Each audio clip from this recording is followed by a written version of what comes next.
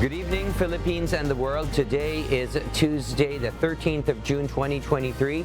Join us in the next hour as we deliver today's top stories around the Philippines and in other parts of the world. I am William Theo. We are also seen in 1,935 satellite monitoring centers nationwide and via live streaming worldwide through the UNTV News and Rescue social media channels. I am Harleen Delgado. First in the news. President Ferdinand Marcos Jr. has approved the pilot testing of the food stamp program intended for 1 million poor families as part of the administration's thrust to combat poverty, malnutrition, and hunger. Nel Maribuhok reports.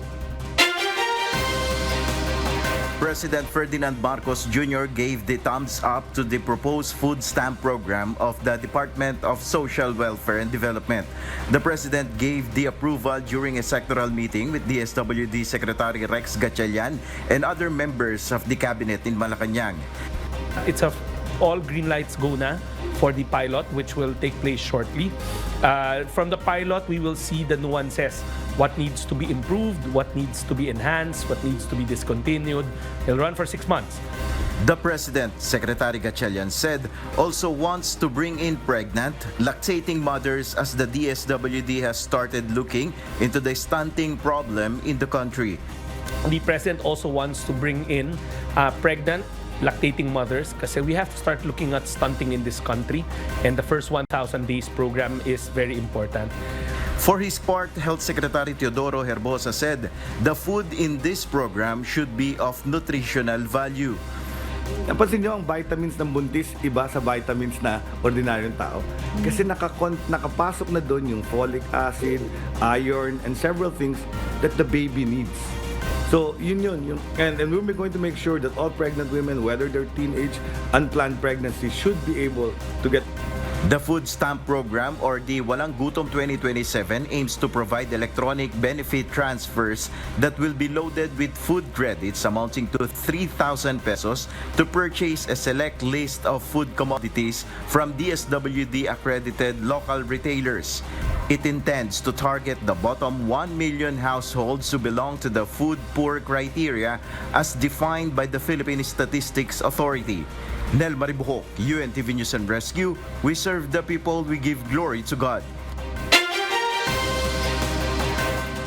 President Ferdinand Marcos Jr. directed the Water Resources Management Office, or WRMO, of the Department of Environment and Natural Resources, or DNR, to come up with a comprehensive plan to protect coastal communities and in Metro Manila from flooding, including construction of water impounding facilities to manage the country's water resources. The President issued the order following a briefing with the officials from the Department of Public Works and Highways on their flood control program and the National Irrigation Administration on the management of dammed rivers. According to the President, the government is looking for locations outside Metro Manila where it can put up large impounding areas to control water flow and avoid flooding. Pinapatignan ko kung paano kailangan, ano pa yung dadagdag natin. Malaki bilyon-bilyon na ang ginagastos natin para maglagay ng mga dike, maglagay ng mga waterway, mga spillway, pati pumping station dito sa NCR na pag-usapan namin para mas marami at maging mas efficient ang paglabas ng tubig. 3 accused in the illegal drug case against former Senator Laila de Lima filed a motion before the Muntinlupa Regional Trial Court, or RTC Branch 256. Accused Jonel Sanchez, Ronnie Dayan, and former Bureau of Corrections, or Bucor Chief Franklin Bucayo asked the presiding judge, Romeo Buenaventura, to inhibit from the case. Sanchez and Dayan argued that Judge Buenaventura failed to disclose his marital relation to their previous lawyer, Attorney Emmanuel Buenavista, who assisted them to execute their affidavits and recanted them eventually. Attorney Emmanuel Buenavista is the judge's brother who handles the last case of De Lima. Bucayo, meanwhile, said the judge is biased and one-sided over his decision with a bail petition of De Lima. There is allegedly a conflict of interest in handling the case. The panel of prosecutors of the Department of Justice has reset the preliminary investigation over the multiple criminal complaints against suspended Negros Oriental 3rd District Representative Arnolfo Teves Jr. Dante Almento tells us why.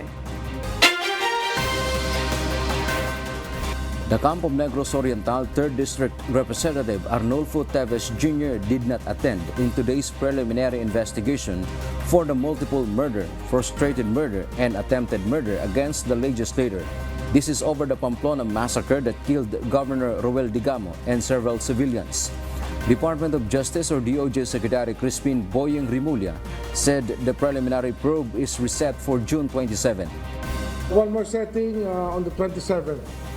Kasi hindi sila tinetechnical nila, gusto nilang hindi raw nila natatanggap. Rimulya added if Teves' camp will not attend in the next hearing, they may immediately elevate the complaints to the court. Pero yan po ay may public notice po yan. Panonoodin ito ni Congressman Teves ngayon. Alam niya naman ang nangyayari dito. At sa 27 po, may isang setting na lang. Pag hindi pa ho nagkatuloy sa 27, ipaglalaban na marahil ng NBI na ituloy na ang kaso sa korte sapagkat ayaw namang ni Teves na gumanap sa preliminary investigation. Meanwhile, Digamo's legal counsel attorney Livito Baligod revealed based on the DNA analysis made by the National Bureau of Investigation or NBI, the DNA samples from the crime scene and getaway vehicles matched the 4 accused such as Winrich Stories and Osmundo Rivero, which also recently recanted their previous statements. Yung investigators natin took specimen from the vehicles used by the shooters and then also the blood stains left in the compound of Governor Digamo, and when subjected to DNA analysis, nagmatch po. Hence, the Digamo camp believes they have enough evidence against the accused. Kaya, as we were saying before, kahit mag-recant po ang mga shooters na ito, we can still successfully prosecute the cases. Meanwhile, the legal team of the accused responded that the alleged DNA or blood sample taken from their clients confirmed the suspicion that will be used for fabricating a report. The DNA or sample taken from their clients allegedly against their will, without the knowledge of the lawyers, and without prior approval from the court. Dante Almento, UNTV, News and Rescue. We serve the people. We give glory to God. The National Police Commission, or NAPOLCOM, filed criminal cases against 50 police officers allegedly connected to the 990-kilo drug haul in Manila last October 2022.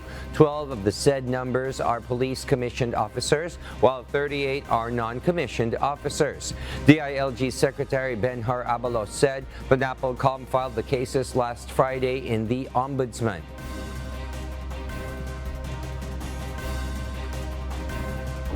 Ang NAPOLCOM at ang Philippine National Police ay nagsampa na ng kasong kriminal sa Office ng Ombudsman o yung tinatawag nating BOLEO laban sa 50. Inuulit ko, 15 police respondents for violation of the following. Number 1, Republic Act number 3019 or the Anti-Graft and Corrupt Practices Act. Number 2, Republic Act number 9165 or the Dangerous Drugs Act as amended. Number 3, Revised Penal Code, in particular, Article 171 on falsification, Article 183 on perjury, Article 184 on false testimony, and Article 217 on malversation of public property. And of course, Presidential Decree number 1829 o yung tinatawag nating obstruction of justice. 48 out of the 50 officers are also facing administrative cases. The NAPOLCOM said among the officers are Police Lieutenant General Benjamin Santos Jr. and former Philippine National Police Drug Enforcement Group or PNP PDEG Director Police Brigadier General Narciso Domingo. Good evening, Kathy. The Republican frontrunner touched down in Miami today just before 3 p.m. local time to make his initial appearance in the case where he is accused of mishandling national security files and obstructing the government's attempts to retrieve them.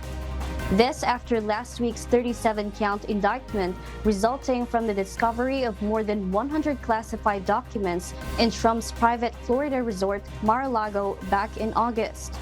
The charges include violations of the Espionage Act, which carries a maximum sentence of 20 years in prison. Despite the possibility of substantial prison time the criminal charges could lead to if Trump is convicted, Trump remains determined to continue his bid to regain presidency, whatever the verdict may be. This marks the second time this year that Trump has been charged with a crime. Kathy? Thank you, Mari Delphin, for that live report. We'll share more global stories with you later, but for now, back to you, William.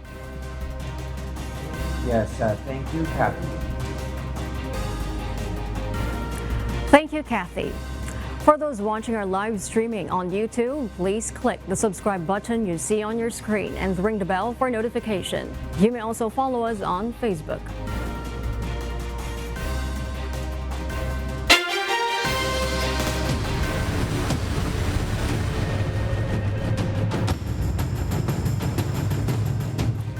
The Philippine Institute of Volcanology and Seismology, or PHIVOLCS, still does not exclude the possibility that the current eruption of the Mayon Volcano in Albay will result in a dangerous explosion. This is after a new magma formation was discovered in the Mayon Volcano. Alan Manansala will tell us why.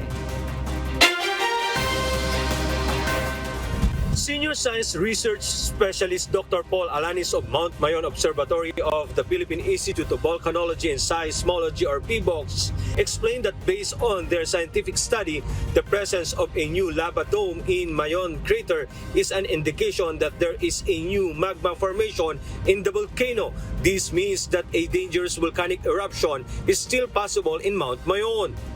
Sa ngayon po, dahil may bagong lava flow na bagong lava dome na wala na yung 2018 na lava dome. So with that's already evidence na mayroong bagong magma na umaakyat. It could lead na po sa yung major eruption, or explosive eruption, possible 'yon. But it is also possible that this will just result in a continuous quiet eruption or effusive. However, it is still dangerous for the residents staying in their homes within the 6-kilometer permanent danger zone. But in the last 24 hours, the volcano seems to have slightly calmed down. In a bulletin issued by the agency, only one minor earthquake was recorded within 24 hours from June 12 to 13. This is less compared to the 21 volcanic earthquakes recorded last June 11 to 12. The number of rockfall events also dropped to 260 to only 221. There is also only one pyroclastic density current, or PDC, recorded in the Mayon Volcano throughout the day. Alan Manansala, UNTV News and Rescue. We serve the people. We give glory to God. Meanwhile, the Department of Trade and Industry states that there is no price freeze taking effect in Negros and Batangas despite threat of volcanic eruption from Mount Canlaon and Taal Volcano. JP Nunez will tell us why. As Alert Level 1 is still being raised in Mount Canlaon in Negros and Taal Volcano in Batangas due to possible volcanic eruption, the Department of Trade and Industry, or DTI, states that there will be no price freeze among basic necessities in the province. DTI Undersecretary Ruth Castelo said the price freeze will be automatically imposed once provincial government or particular area declared state of calamity or state of emergency. Pagka naman po nagkaroon ng declaration of a state of calamity or emergency in any particular area, automatic po ang price freeze for all basic necessities enumerated in the Price Act. Meanwhile, in the province of Albay, the price freeze continued to take effect as the provincial government declared state of calamity due to possible eruption of Mayon Volcano. Philippine Institute of Volcanology and Seismology or PHIVOLCS has declared Mayon Volcano under Alert Level 3. The DTI assured Albayanos that there is enough supply of basic goods despite the threat of possible calamity. The agency advises the Albayanos to avoid panic buying. Yusek Castelo said they have coordinated with large retailers in the area to replenish their supplies. Wala po tayong pangamba, wala pong worry ang consumers natin kung mauubusan sila. So wala pong dahilan para mag-panic buying sila. The agency also advises the consumers to report retailers which are not following the price freeze. They may coordinate with DTI's hotline 1384 or send their email at consumercare@dti.gov.ph. Pwede pong ibaba ng retailers pero hindi po nila pwedeng itaas. This is good for a period of 60 days. JP Nunez, UNTV, News and Rescue. We serve the people, we give glory to God. The Department of Migrant Workers said that the government of the Kingdom of Saudi Arabia is requesting a streamlined process for the deployment of overseas Filipino workers who were hired under the Joint Special Hiring Program. Janice and Hente will tell us why. Aside from the request to hire 1 million skilled overseas Filipino workers in the next 2 years, the government of the Kingdom of Saudi Arabia also wants a streamlined process for the deployment of these OFWs. According to DMW Secretary Susan Ople, they are now exploring possible ways to accelerate the deployment process of OFWs, especially those who will be hired through the Joint Special Hiring Program. We will be looking at how we can accelerate the process from recruitment to actual deployment to Saudi Arabia. We will sit down with the technical team being sent by the Saudi government to see where the bottlenecks are and para din without sacrificing yung ating mga welfare mechanisms and other rights-based approach natin. Ople added that some Saudi employers have complained about the lengthy deployment process of OFWs. Ang commitment din kasi on the Philippine side is that we will streamline the process. Kasi isa yun sa mga complaints ng Saudi government, yung Saudi employers, although we have cut down the number of days, gusto nila mas mabilisan pa.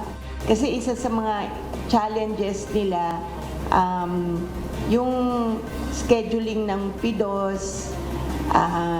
Siyempre yung PIDOS is care of OWA, lalo na kung galing probinsya pa si worker.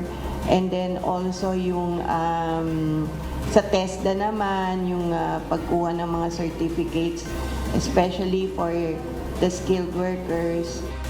The DMW stated that the team from the Ministry of Human Resource and Development in Saudi Arabia will arrive in the country next week to meet with the DMW technical team and discuss the process and implementation of the special hiring program. Janice and Hente, UNTV, News and Rescue. We serve the people, we give glory to God. Several lawmakers appealed to the Toll Regulatory Board to postpone the implementation of the toll rate increase in North Luzon Expressway this week. Harleen Delgado details why. A senator urges the Toll Regulatory Board, or TRB, to put on hold the toll fee hike of the North Luzon Expressway, or NLEX, set on Thursday, June 15. This as the TRB approved a toll rate adjustment of additional 7 pesos in the open system and 36 centavos per kilometer in the closed system. Senate Minority Leader Aquilino Coco Pimentel appeals to the board to postpone the scheduled increase, saying that this would worsen the burden of high prices of commodities on Filipinos. The lawmaker calls the impending increase sees as unjustifiable and unfair for motorists to have to deal with what he describes as EDSA-like traffic in some parts of NLEX. He urges the NLEX management to address the traffic buildup along the country's major expressway. For Senator Grace Poe, who chairs the Senate Committee on Public Services, the toll rate hike must be explained in detail. She urges the board to look into the matter and make considerations for the motoring and riding public. The lawmaker also recommends to the government to study dynamic pricing, noting that customer satisfaction should be considered in charging toll rates. The TRB has yet to comment on the senator's remarks. Jorge Delgado, UNTV News and Rescue. We serve the people. We give glory to God.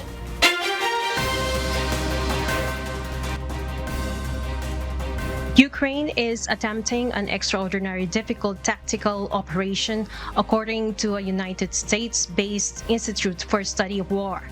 Small territorial gains by the Ukraine forces underscore the difficulty of the battle as the early stages of its intensive and much anticipated counteroffensive began. Annie Manciel tells the details live.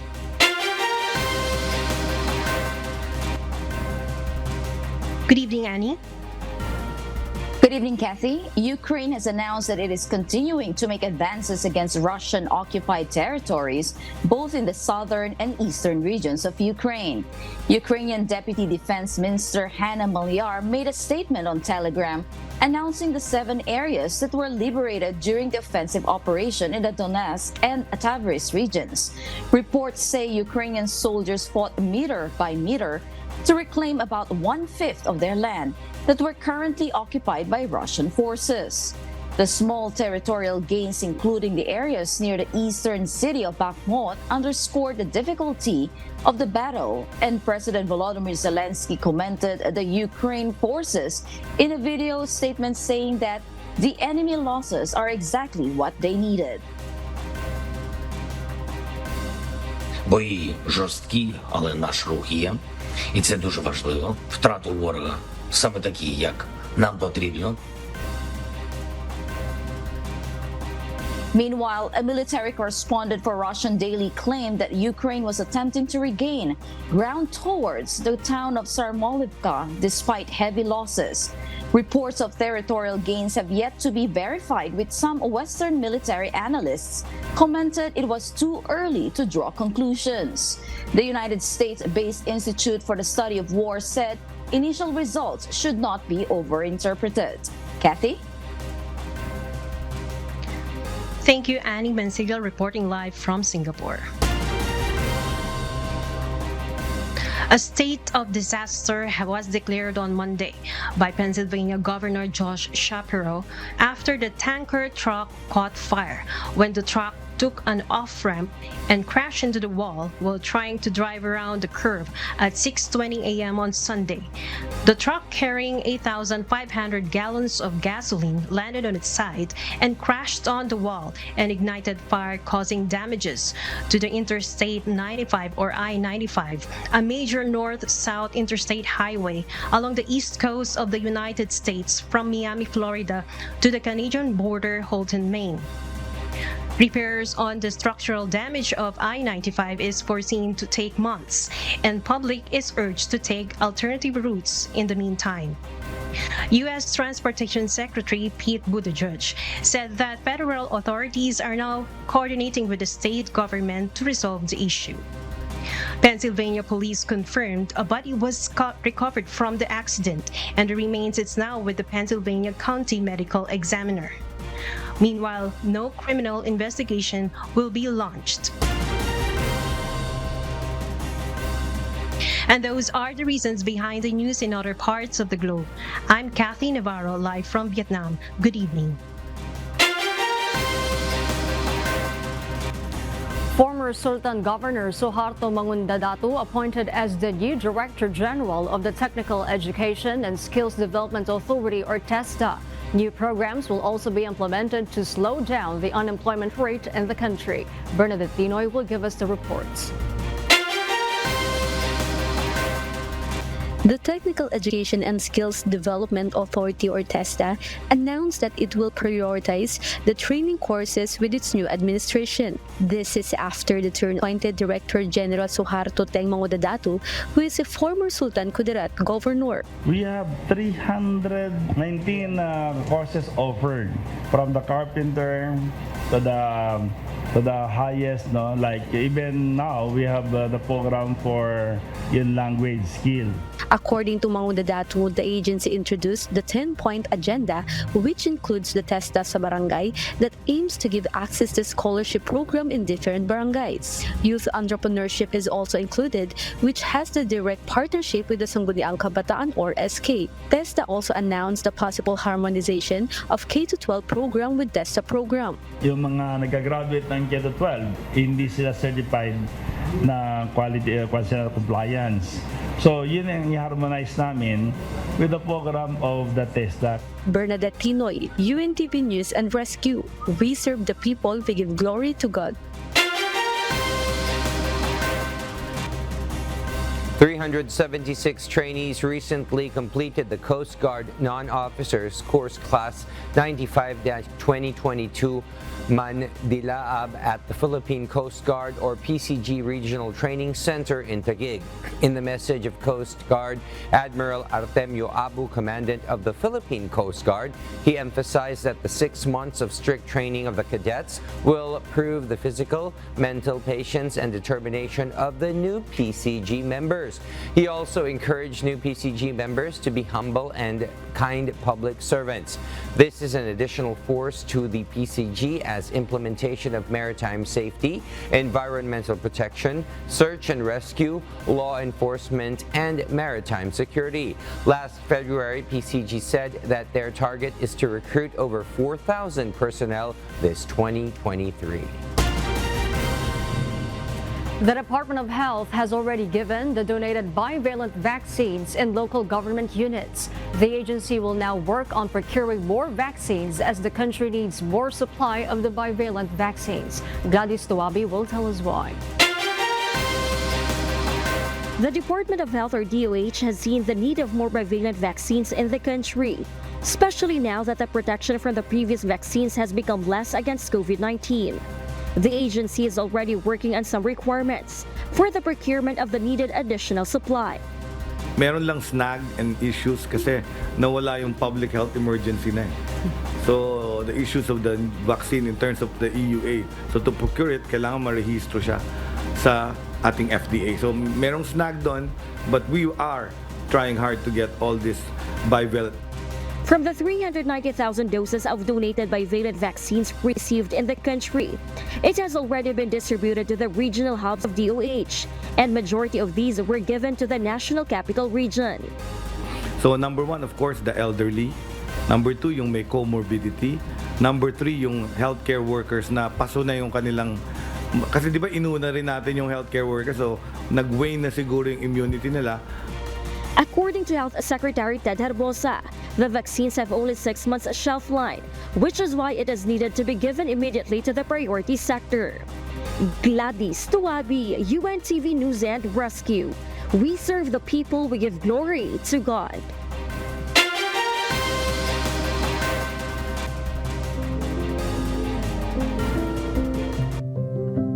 These trying times, amid the various challenges and uncertainties, we are inviting everyone to join the Global Prayer for Humanity from Monday to Friday, 9:30 p.m. Philippine time through the social media accounts of Members Church of God International.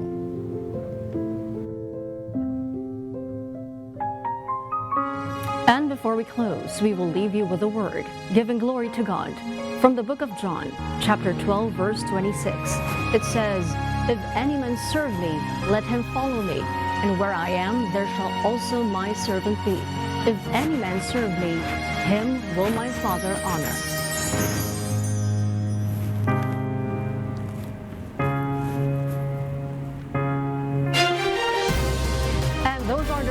Behind the news, June 13, 2023. Reasons we deliver to you as they unfold. I am Hardin Delgado. And because we need to know, we will always ask why. I am William Theo. We serve the people. We give glory to God.